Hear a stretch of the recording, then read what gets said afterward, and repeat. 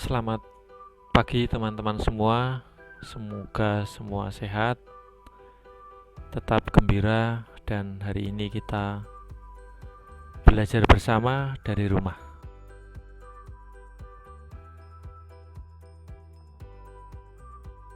Kita memasuki minggu kedua belajar kita di rumah, dan untuk kelas 7 kita belajar di bab 5. Yesus peduli terhadap penderitaan sesama. Silahkan juga bisa dilihat di modul masing-masing ya.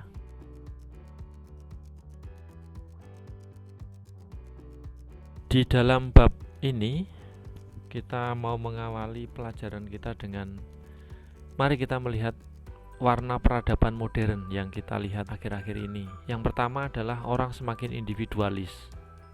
Apa yang dimaksud individualis di dalam kamus besar itu mengatakan orang yang tetap mempertahankan kepribadian dan kebebasan diri.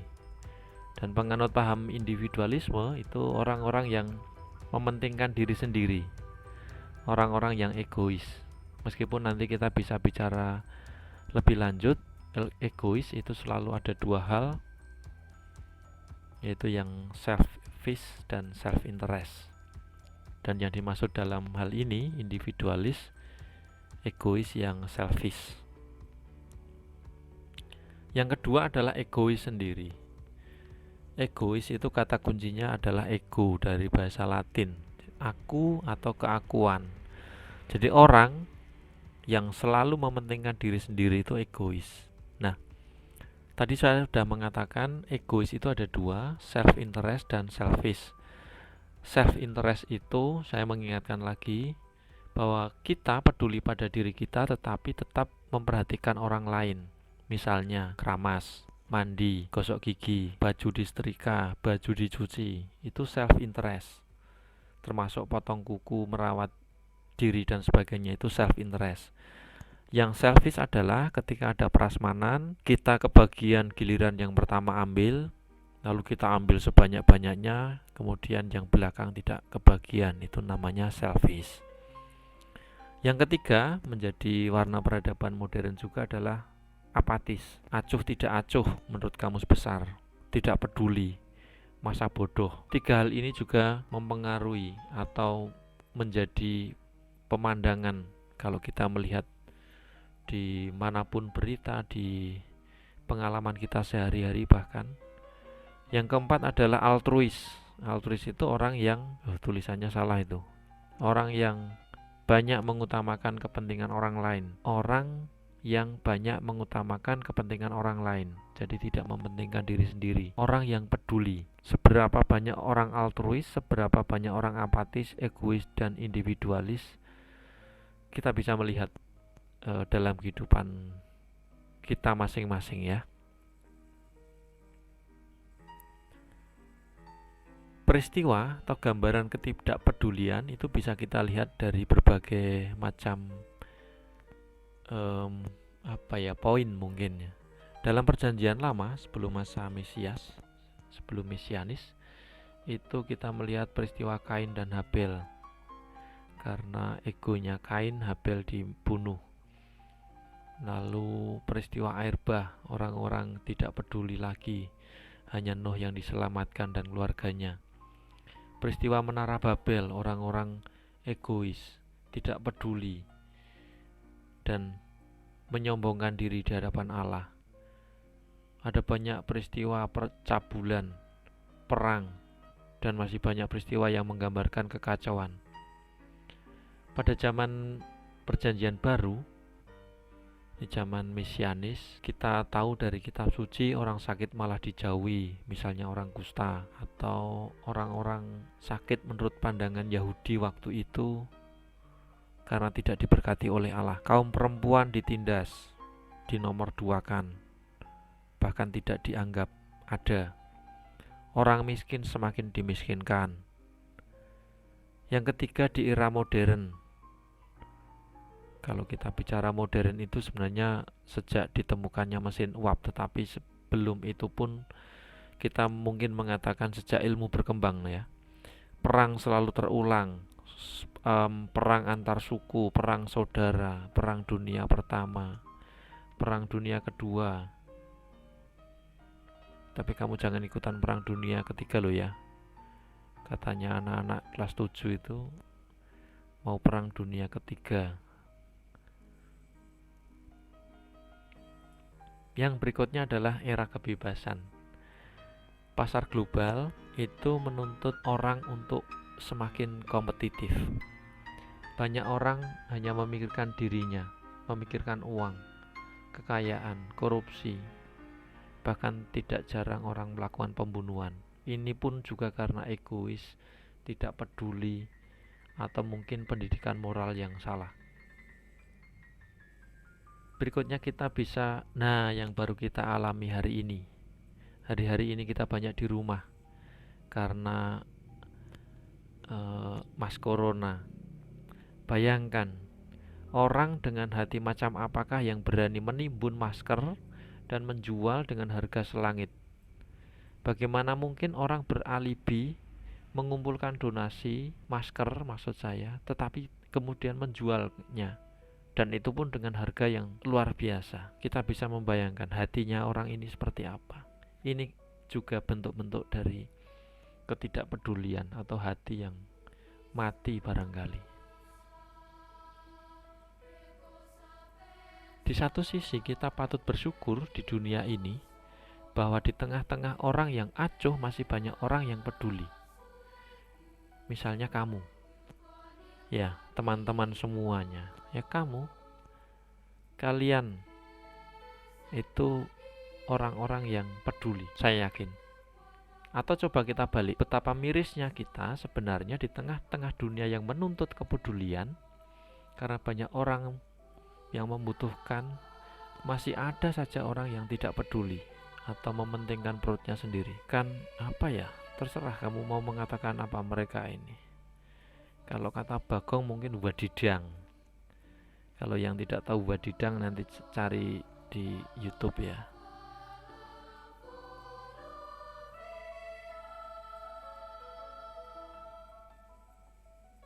Gambarannya kira-kira begini, friend.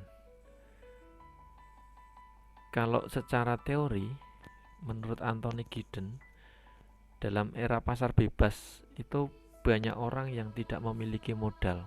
Menurut Anthony Giddens harus ada 4 modal yang harus dimiliki oleh orang, dan kita memiliki salah satu saja sudah baik. Ekonomi, politik, sosial, dan budaya.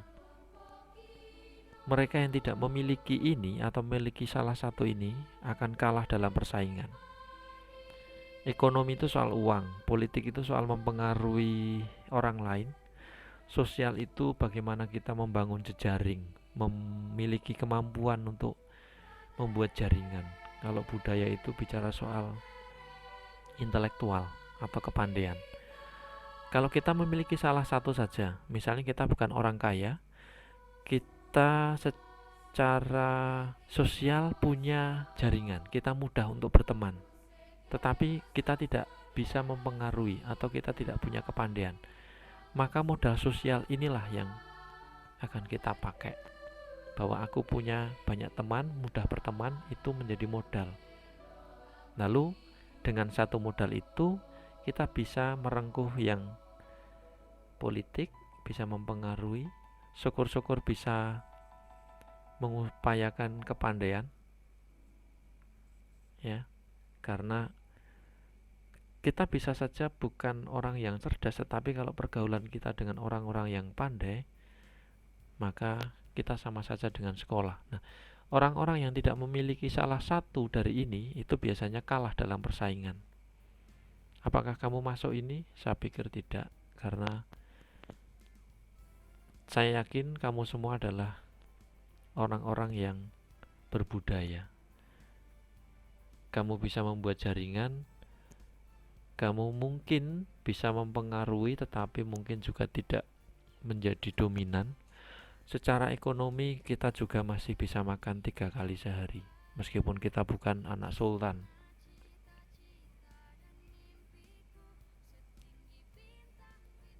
Berikutnya adalah Orang-orang yang kalah dalam persaingan adalah mereka yang miskin dan tidak bisa mengenyam pendidikan.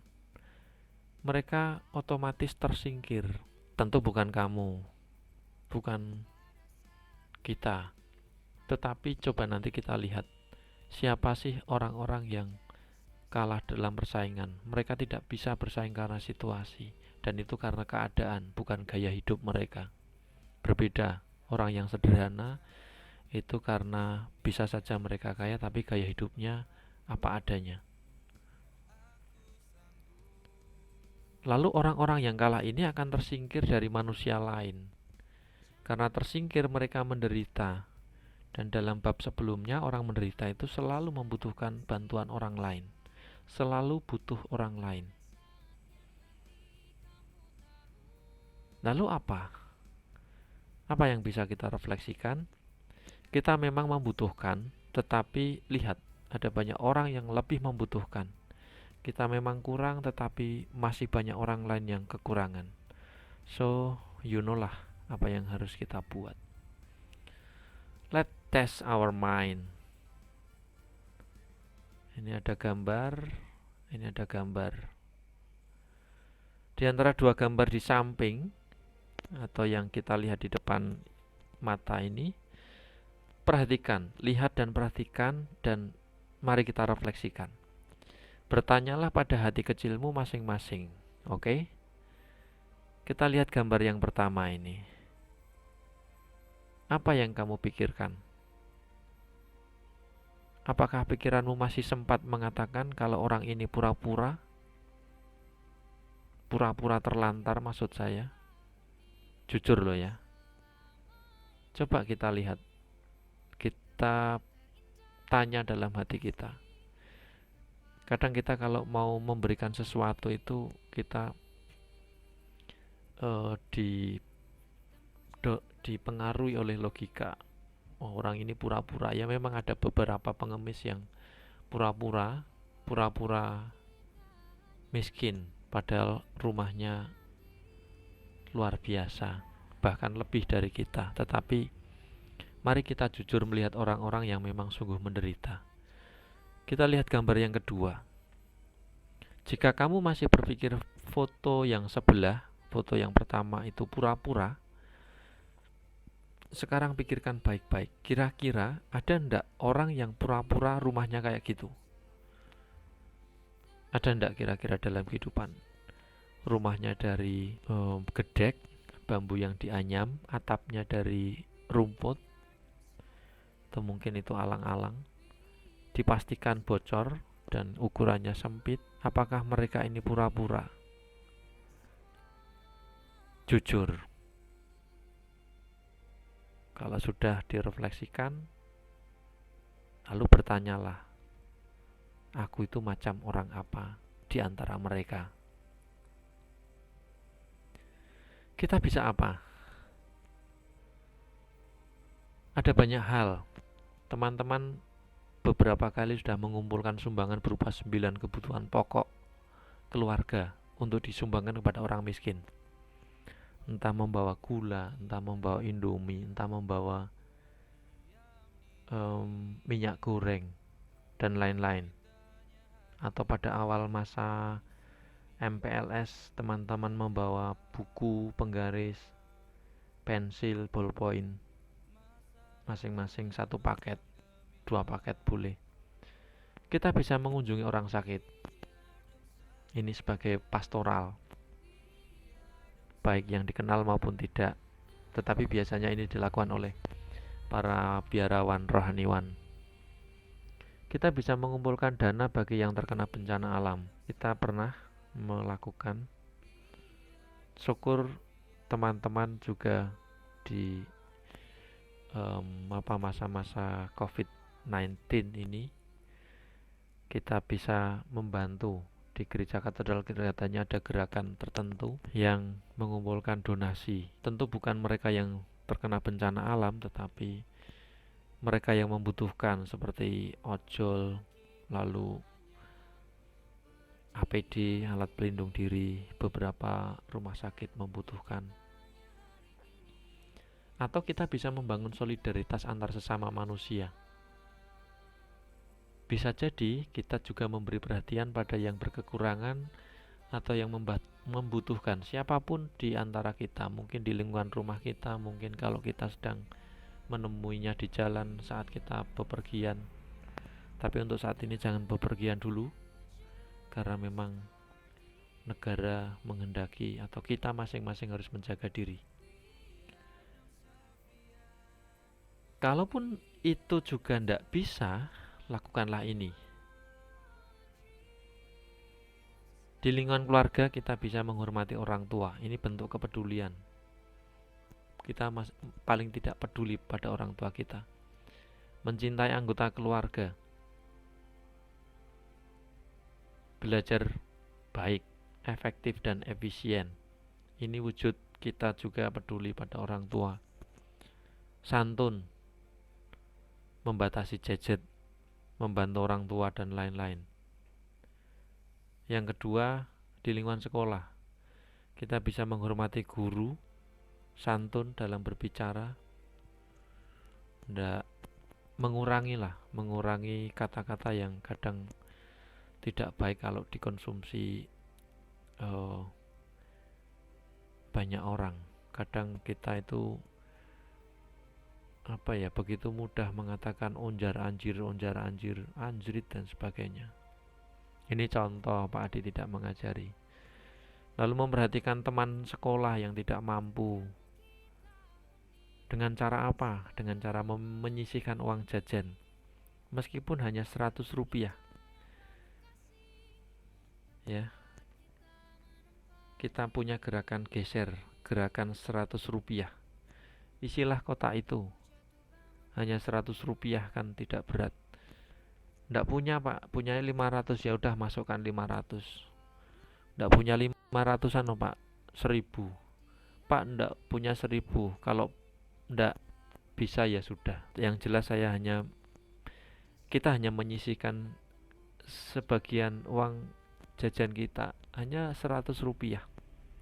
Itu cukup membantu, karena akan dikumpulkan seluruh dom safian. Memperhatikan guru dan membuat catatan rapi.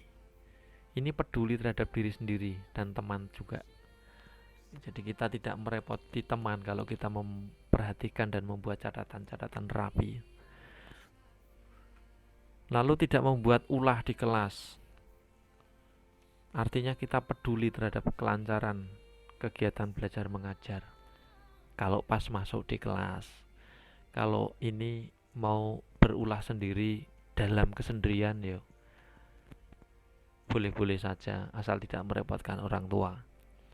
Lalu santun di lingkungan sekolah dengan siapapun, dengan teman, dengan kakak kelas, dengan teman sebaya satu angkatan kelas 7, dengan guru, dengan karyawan, dengan pelaksana dan siapapun, Pak Satpam atau siapapun yang kita jumpai di lingkungan sekolah.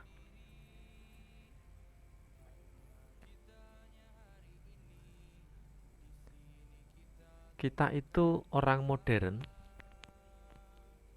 dan saya mengandaikan dengan pikiran yang modern juga. Mengapa kita harus peduli? Ya karena Yesus melakukannya.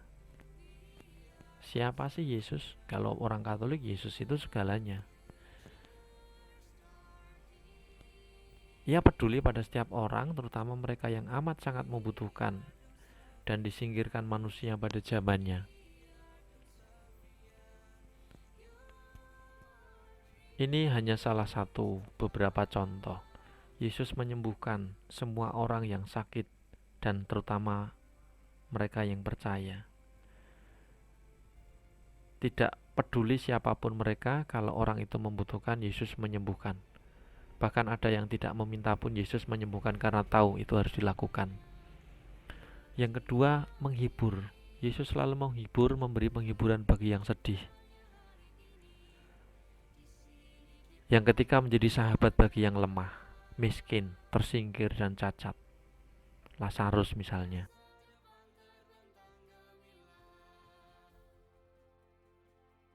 Lalu ia sebagai Allah tentunya mengampuni dosa. Kalau dipikir siapa manusia?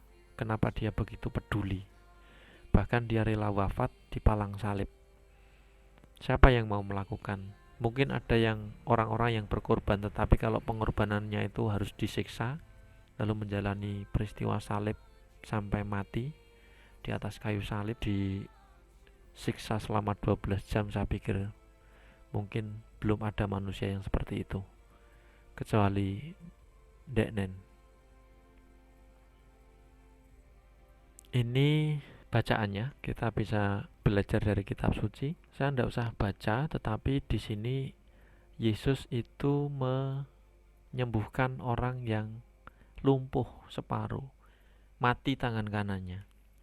Lalu ada ahli Taurat dan orang-orang Farisi mengamati Yesus tentunya waktu itu ya. Kalau ia menyembuhkan pada hari Sabat, sebenarnya mereka itu hanya mencari alasan untuk menyalahkan Yesus saja. Dan Yesus tahu pikiran mereka, maka dia langsung mengatakan pada orang yang lumpuh itu supaya bangun berdiri.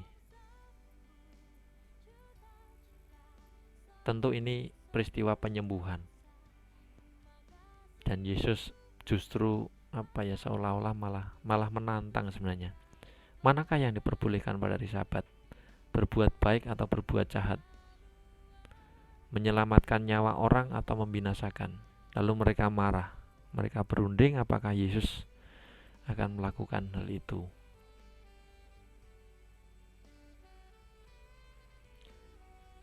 Siapa tokohnya? Kita lihat ya sejenak. Tokohnya ada Yesus, ada orang Farisi yang menjadi haternya Yesus, lalu orang sakit, termasuk ahli Taurat ya. Kemudian tempatnya di mana, settingnya di mana, di rumah ibadat atau sinagoga. Kapan terjadi? Itu terjadi pada hari Sabat. Lalu ini ada tugas. Aduh, tugas. Tenang, tugasnya tidak susah. Tugasnya adalah satu, tidak usah bertanya dikumpulkan atau tidak, Pak. Biasanya ada yang menanyakan dikumpulkan atau tidak. Yang kedua, tugas ini tidak dikumpulkan. Jelas ya? Nggak usah ditanyakan juga dikerjakan di mana. Tetapi yang ketiga harus dikerjakan. Jadi tugasnya berupa challenge. Ya, tantangan dari Pak Adi. Satu, minggu ini maksud saya, 3 hari ke depan, beranikah kamu patuh pada orang tua, tidak membuat marah? Kalau orang tua marah maksudnya diem saja, ya Pak, ya Mah. Itu challenge yang pertama. Challenge yang kedua adalah tidak main game 3 hari saja. Bantu orang tua dengan gembira. Pilih salah satu. Masak boleh, nyapu atau ngepel boleh, mijeti papa atau mama boleh, sambil minta maaf. Oke, thank you. Selamat belajar dari rumah. Stay at home. Jangan lupa gembira. Tak tunggu keberanianmu melakukan 2 tantangan tadi ya. Oke, selamat bahagia.